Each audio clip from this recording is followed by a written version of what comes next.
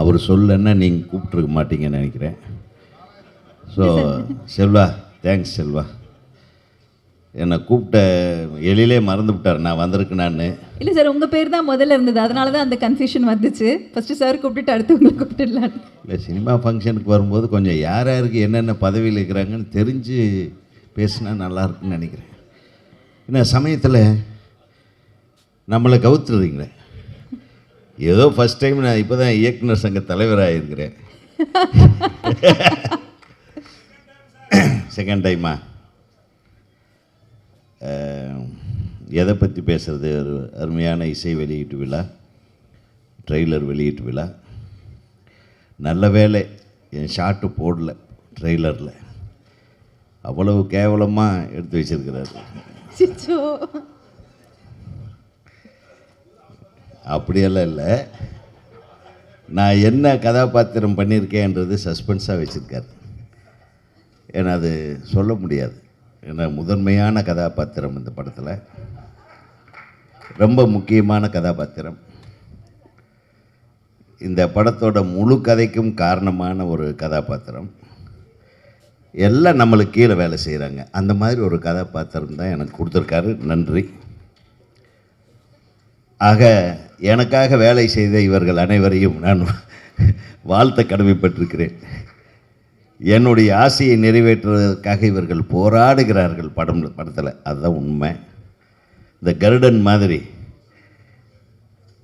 இதில் ஒரு வித்தியாசமான கதாபாத்திரத்தில் நடிக்க வச்சுருக்காரு. ட்ரெய்லரை பார்த்தா இல்லாத மாதிரி படத்தில் நான் இல்லாமல் பண்ணிடாதீப்பா. அழகாக இருக்காங்க. மிக திறமையான இவர்கள் அனைவரையும் ஒன்று கூட்டி வைத்து அற்புதமாக படமாக்கியிருக்கும் என் அன்பு தம்பி எழில் அவர்களுக்கு 25 காலம் பொன்விழா ஆண்டு கொண்டாடி கொண்டிருக்கும் என் தம்பிக்கு இது பொன்விழா ஆண்டின் மிகச்சிறப்பான வெற்றி படமாக அமைய எனது மனமார்ந்த வாழ்த்துக்களை எனது சார்பாகவும் திரைப்பட இயக்குநர்கள் சங்கத்தின் சார்பாகவும் தெரிவித்துக் கொள்கிறேன். இந்த படத்தில் எனக்கு 2 பேர் ரொம்ப பிடிச்சது. ஒன்று படத்தின் தயாரிப்பாளரோட மகன். அவன் அவ்வளோ அழகாக பாடி டான்ஸ் ஆடுவான்னு எதிர்பார்க்கல. நான் முதல்ல இப்போ பார்க்கும்போது பார்த்தா ஒரு ராணா மாதிரி இருக்குது. ராணா மாதிரியே ஒரு ஃபீலிங் இருக்குது உண்மையிலுமே. நீங்கள் இன்னும் கொஞ்சம் கேர்ஃபுல்லாக கரெக்டாக எழில அடுத்த படத்துலேயும் யூஸ் பண்ணிக்கிட்டு அவரை உங்களை யூஸ் பண்ண வச்சு கரெக்டாக அந்த ஏணிப்படியில் ஏறினுங்க. ஏன்னா எழில் கை வச்சா அந்த ஆள் சக்ஸஸ் தான். அதனால் அதை உண்மையிலுமே சொல்கிறேன் தம்பி, நல்லா இருந்தது. அதை ஆஜானுபாகுவா அந்த மாதிரி ஒரு ராணா மாதிரி இருந்தது. அடுத்தது இந்த ஃபிகர் எனக்கு ரொம்ப பிடிச்சது. அதுதான் இந்த ஃபிகர். யாருமே சொல்லலை. யாரா இந்த ஃபிகர் நல்லா இருக்காளேன்னு நான் அப்பாலேருந்து யோசனை பண்ணிகிட்டே இருந்தேன். ஒரு கெஸ் பண்ணேன். ஏன்னா ஒரே ஒரு சீனில் தான் என் கூட இந்த கெட்டப்பில் நடித்தார் அவர். அதனால் மிக அழகாக ஒரு நீ பொண்ணாக பிறந்திருக்கலாம்யா,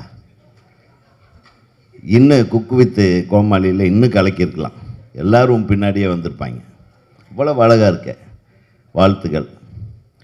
இந்த திரைப்படத்தில் செல்வமணி சொன்னார் டைரக்டர்களை நடிக்க வச்சுட்டுங்க.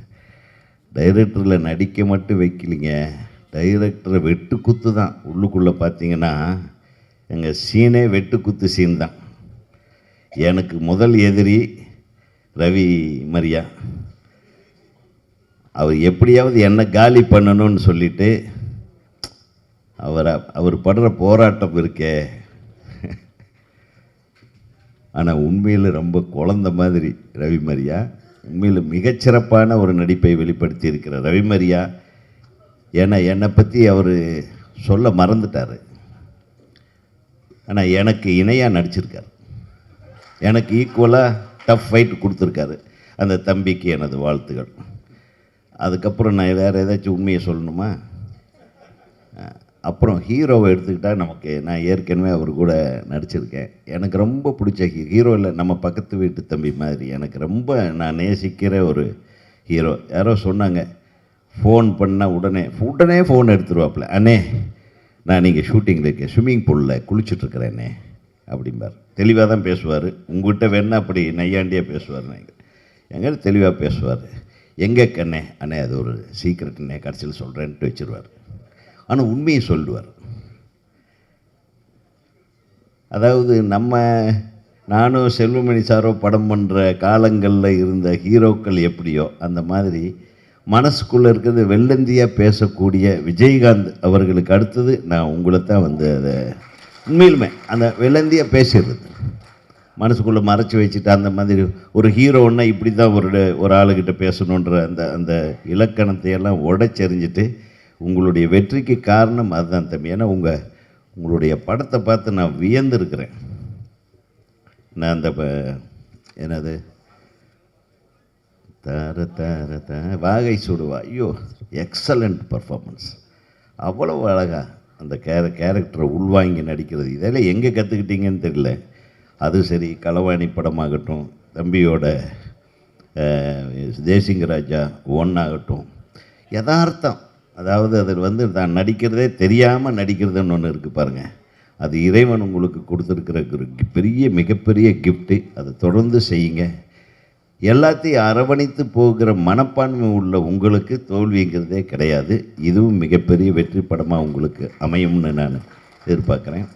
ரோபோ சங்கர் சொன்ன மாதிரி ரோபோ வந்து அவன் வந்தாவே அந்த படம் ஹிட்டு. ரோபோ வந்தாவே இந்த படம் ஹிட்டு. அதை என்னமோ வச்சுருக்கிறான். அவங்க ஏதோ கேரளா பக்கம் போய் மாந்திரிகம் பண்ணி கொண்டாந்து வச்சுருக்காங்க. மை பூசிடுவான் போலுக்கு படத்து டைட்டிலில். இல்லை, நல்லது. ஏன்னா உங்களுடைய திறமை அது ரவி மரியாவோட சேர்ந்து 2 பேர் கலாய்ச்சிங்கன்னா அது இந்த மாதிரி இதுலேயும் இருக்குதுன்னு நினைக்கிறேன். அந்த கலாய்ப்பு வந்து உலக லெவலில் பேசப்பட தான் சொன்னேன். செல்வமணியவே வந்து டென்ஷனை ரிலீவ் பண்ணுற காமெடியாக தான்னா அது பெரிய விஷயம். அதையும் மீறி இந்த படம் வெளியே வந்த கடைசியில் வேற ஒரு மேட்ரு இருக்குது. அதை நான் இப்போ சொல்ல மாட்டேன். உண்மையாகவே படத்தை பார்த்துட்டு அவங்கவுங்க யாரும் எனக்கு ஃபோன் பண்ணக்கூடாது. தயவு பண்ணி விமர்சன கருத்தாக்கள் எல்லாம் கொஞ்சம் கேர்ஃபுல்லாக எழுதணும். நான் முக்கியமான கதாபாத்திரம் நினச்சிருக்கேன், தப்பு பண்ணிடாதீங்க என்று கூறி, இந்த விழா வந்து முழுக்க ஒரு இசை வெளியீட்டு விழா. என்னுடைய அன்பு சகோதரர்,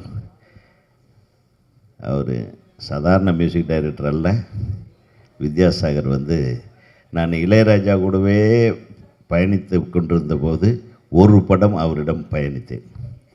இவ்வளவு அழகான சென்சிபிள் அண்ட் எமோஷனல் கம்போசர், உணர்வு ரீதியான கம்போசர் அவர். நீங்கள் என்ன சுச்சுவேஷன் கொடுக்குறீங்களோ அந்த சுச்சுவேஷனுக்கு பாட்டு போடுவார். நான் பல தடவை சொல்லியிருக்கேன். எழில் படத்தில் முதல் படத்தில் இருந்த அஜித் படத்துக்கு அவர் போட்ட மியூசிக் எல்லா பாட்டும் நான் மனப்பாடமாக வைக்கிறேன். ஒவ்வொரு பாட்டையும் நீங்கள் இல்லாதப்போ அவர்கிட்ட பேசியிருக்கேன். அவ்வளவு நான் நேசிக்கிற ஒரு இசையமைப்பாளர். அது என்னுடைய தரணியோட ரொம்ப க்ளோஸ் ஃப்ரெண்ட்ஸுங்க. அவங்க 2 பேரும் கூடி கும்மி அடிப்பாங்க. மியூசிக் பற்றி 2 பேரும் டிஸ்கஸ் பண்ணிக்கிடுவாங்க. கரெக்டு தானே?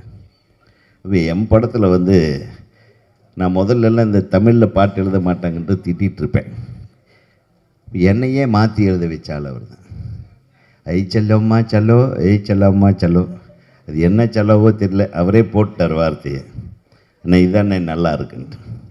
வருவானா பகவானா வரந்தானா தருவானா அப்படின்னு ஒரு பாட்டு அவர் டியூன் போடும்போது அவ்வளவு கேட்சியாக அந்த பாட்டை நீங்களே பாடுங்கன்னு அது நம்ம அர்ஜுனை கூட பாட முயற்சி பண்ண வச்சோம்.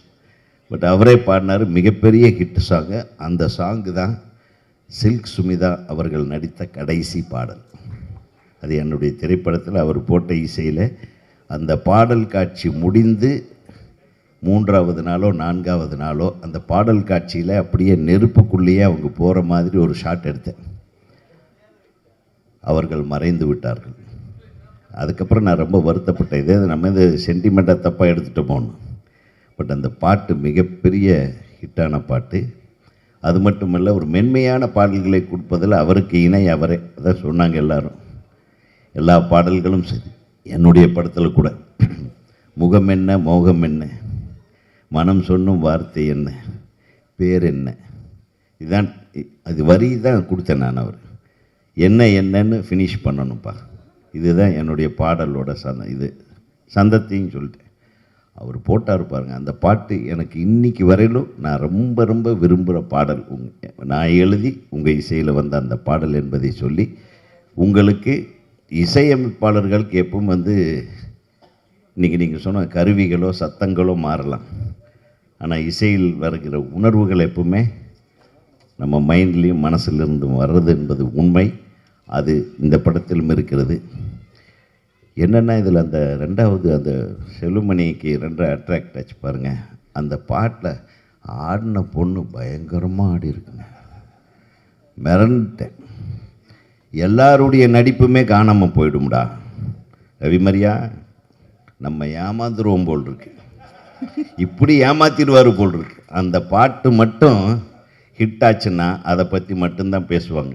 இனிமேல் அப்படி ஒரு டைரக்டருக்கு இப்படி ஒரு பேர் கூட வர வாய்ப்பு இருக்குது என்பதை சொல்லி எழில் வேணுன்னே தான் உங்கள் பேரையும் வர்ற மாதிரி நீங்கள் போட்டிருக்கிறீங்க. எனக்கு தெரியும். நீங்கள் எனக்கு மட்டும் பாட்டு எழுதி வாய்ப்பு கொடுத்துருந்தா நான் ஒரே பாட்டில் 100 தடவை உன் பேர் வர்ற மாதிரி எழுதியிருப்பேன். எழில் எழில் எழில் எழில் எழில் எழில் எழில் எழில் எழில் எழில் எழில் எழில் அப்படின்னே எழுதியிருப்பேன். அடுத்த பாடத்தில் அந்த வாய்ப்பை எனக்கு வழங்க வேண்டும். இந்த இனிமையான விழாவில் அமைதியாக நாங்கள் போடுற கத்தியெல்லாம் வாங்கிட்டு அமைதியாகவும் சிரிக்கணுங்கிறதுக்காக சிரித்தோம், சரிங்கிறதுக்காக தலையாட்டியும் அமர்ந்திருக்கும் அனைவருக்கும் அந்த மனமார்ந்த வாழ்த்துக்களை கூறி கண்ணே ரொம்ப நன்றிம்மா. Thank you sir, thank you so much sir, thank you. அடுத்ததாக இந்த தருணத்தில் நம்ம எல்லாரும் ஆவலோடு காத்துட்ருக்கக்கூடிய நடிகர்